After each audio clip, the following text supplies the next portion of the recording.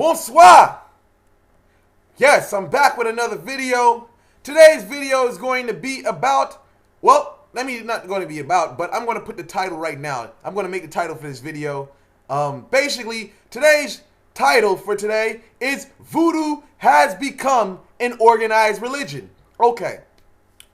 I definitely have been getting a lot of backlash from my video Konzo, from a lot of people, mainly I would say the people that follow the organized version of the organized religion version of Voodoo. Let me explain something. Voodoo itself is beyond just the religion itself. It is a culture, it is a way of life. It is what gave Afro-Haitian people, I got to say Afro-Haitian because people tend to, some people tend to want to separate us from Africa. But anyway, I'm not going to go into details about that. But basically, I'm going to say this again. It is an Afro-Haitian culture, Basically, when we're talking about voodoo itself, it is something that it is something that gave us our liberation. It is something that made up our culture. It is our food. It is our medicine. It is our way of life. Yes, because some people came into our culture and gave us Christianity, slapped us with the whole Jesus. Now today we reject that part of our culture as Haitian people. We're quick to say this is ça c'est bagay jab, ça c'est bagay Satan. We demonize what gave us our freedom and culture today. When we was on a plantation in Haiti, praying to Jesus, did Jesus give us our freedom? Fuck no. So as far as this whole thing of voodoo as being something that's demonic and satanic, diabolique, you know what I'm saying? I mean, for real. I don't got to go too much in detail about that. I'm going to stick with the topic. Basically, today, voodoo is an organized religion. No different from these mega churches. You see in these videos today where people that are marketing voodoo, they're doing all these type of so-called supernatural feats. Eating glass, licking hot iron. Wow! Is that something supernatural? Absolutely not. For real, the thing is like this, all the things that these people claim that they're doing, that are just mind-boggling and stuff, there's nothing supernatural about it. You know what? You just take a little red-hot iron or machete you put on a fire and you lick it. I can fucking do that. What? Eat glass? I can fucking do that as well. Eating glass is nothing difficult. If you understand that glass is a form of sand, when you chew it, it breaks down to a powder. What law gave me the power to do that? Absolutely none. It's just common sense and common logic. But anyhow, I wouldn't recommend anyone do that because you have to know how to do it. Eating a shard of glass and basically letting it stay as a partial piece can actually cut your intestines. So I wouldn't recommend people actually doing that, But anyhow, not because it's a protective thing whatsoever by saints or spirits whatsoever. Nothing. Purely scientific logic. But anyway, moving away from that, when we're talking about the organized religion facet of voodoo, it's like this. You got a lot of people, these étrangers mainly, blanc, yes, I'm going to say foreigners, white people that come into voodoo. And again, this is not against white people whatsoever. I'm just saying you do not know. You don't speak the language. You haven't lived in the slums of Cité Soleil. You haven't lived in Barthélemy, Delma, or soit Delma Trois. You have not lived there. I have. My family is from La Plaine. My family is from Bel Air as well. So my whole thing is what I'm speaking about, I'm speaking from experience and common knowledge of things that I've seen. So when it comes down to voodoo today with white people, there's a lot of white people from foreign countries that come into the country. And they basically come to learn about voodoo.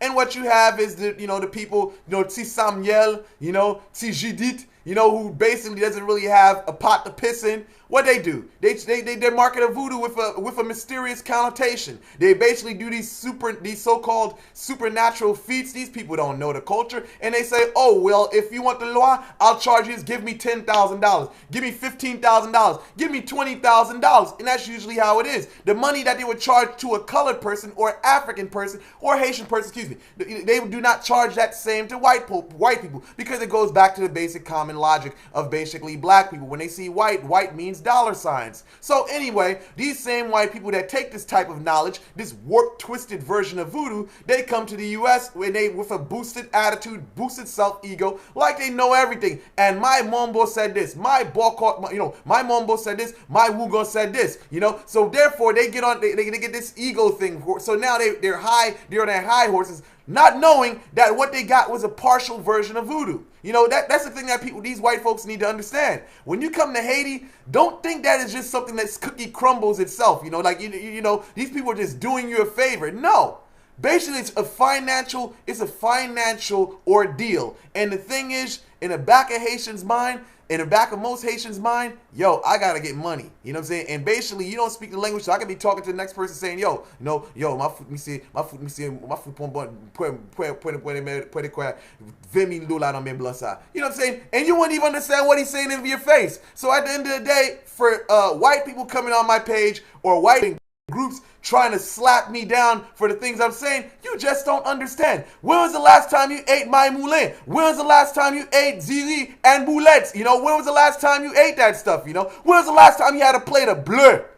Word. So anyway, I got to move off of that, getting back to other things itself, basically, voodoo, you have to basically be spiritual.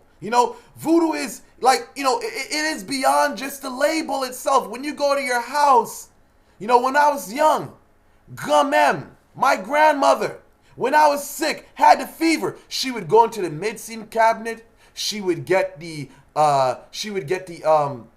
real masqueti, rub it on my chest, in basically in some scenarios she'd basically she'd get the fey, la bouille sous foie, meaning that she'd get the herb, she'd get the plants whatsoever, specific plants, she'd basically boil on the stove, and then she'd put in the bath water and let my body soak, let my mother's body soak, let the family's body soak. These are things that are basically part of the culture. It's not just a label or a religion, it is a way of life. This was basically entrenched in voodoo culture.